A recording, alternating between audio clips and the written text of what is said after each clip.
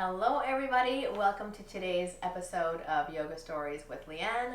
I am Leanne. If you're new here, welcome, and if you are returning, I'm so glad that you're back. I hope that you're in the mood for some yoga because that's what we do here at Yoga Stories. We move, we play, we breathe, and most importantly, hopefully we have a little fun.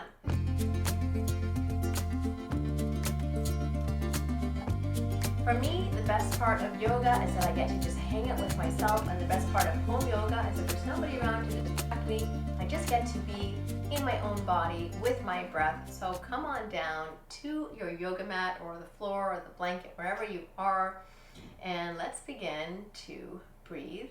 And also just say hi to yourself. Maybe it's been a while since you've just taken a moment to just check in. So notice how you feel. Give yourself a hug. Nobody hugged yourself better than you. And let's breathe our breath in. Take our first yoga breath in through our nose and out through your mouth as you just land right here, right now. I like to close my eyes, and if you feel safe closing your eyes, you can do that too. But you don't have to. You can just maybe find something to look at in your room that helps you to focus as you breathe. Let's begin with some wishy washers. So one hand on one shoulder, the other hand on the other shoulder. I like to imagine that my body is like a washing machine, and I'm going to wishy wash. Do that a few times as you breathe. As you center yourself, coming into your yoga. A few more times. 3, 2, 1, and release. Shake out your hands. Excellent. Breathe your arms up. Breathe your arms down. And let's begin. This is a story about a bunny named Benny. I know that may be a little bit tricky, but that's just his name. Right, Benny? Benny the bunny. So to get ourselves into the mood for our yoga and to warm up our bodies a little bit, let's come into some hippity hopping poses. Come onto your feet, find your balance, stay low to begin, and you can open up your legs and put your elbows on the inside of your legs in a nice low squat here. Bunnies are usually pretty low to the ground. Their legs are much shorter than ours, so you can just start here and rock back and forth and feel if this feels comfortable in your body. So from here you can put your hands onto the floor and walk forward and back.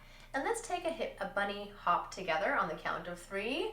1, 2, 3. Big energetic bunny hop. Whoop. Another one. 1, 2, 3. Big energetic bunny hop. Whoop. And one more time. 1, 2, 3. Big energetic bunny hop. Whoa, you guys are really good hoppers. I see many big energetic bunnies at home today. Well, this bunny named Benny was very hungry after all that hopping. So one day he was hopping through the forest and he came across a beautiful berry bush.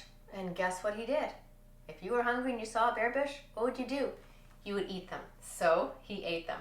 He ate so many of the berries. You can come back into your sitting pose and you can imagine yourself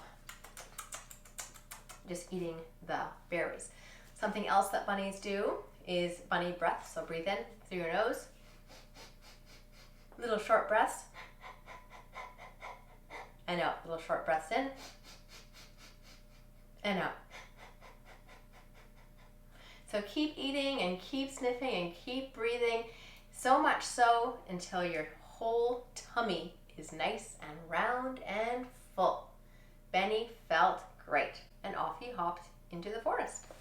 So come back into your low squat, elbows on the inside of your legs. See if you can begin by sitting up nice and tall, maybe trying some bunny breaths here.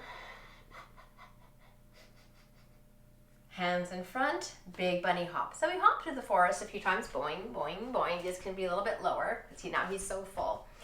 And as he was hopping, he's like, uh-oh, I think I ate too many berries.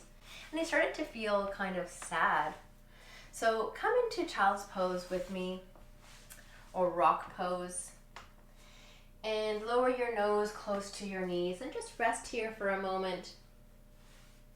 You can hold on to your feet and breathe.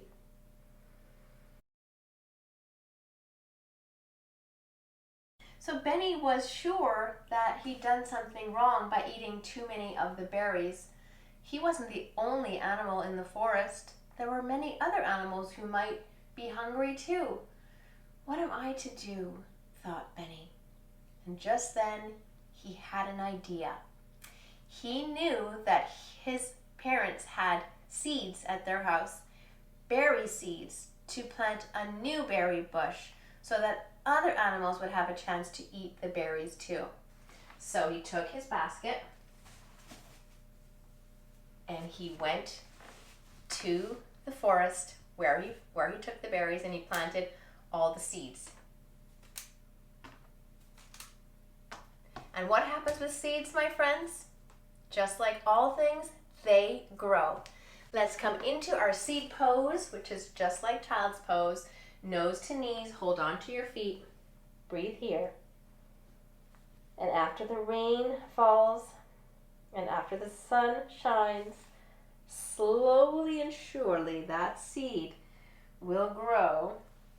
And slowly but surely, you too, as we do this yoga story, will grow, getting ready to come all the way up to standing, 1 foot at a time.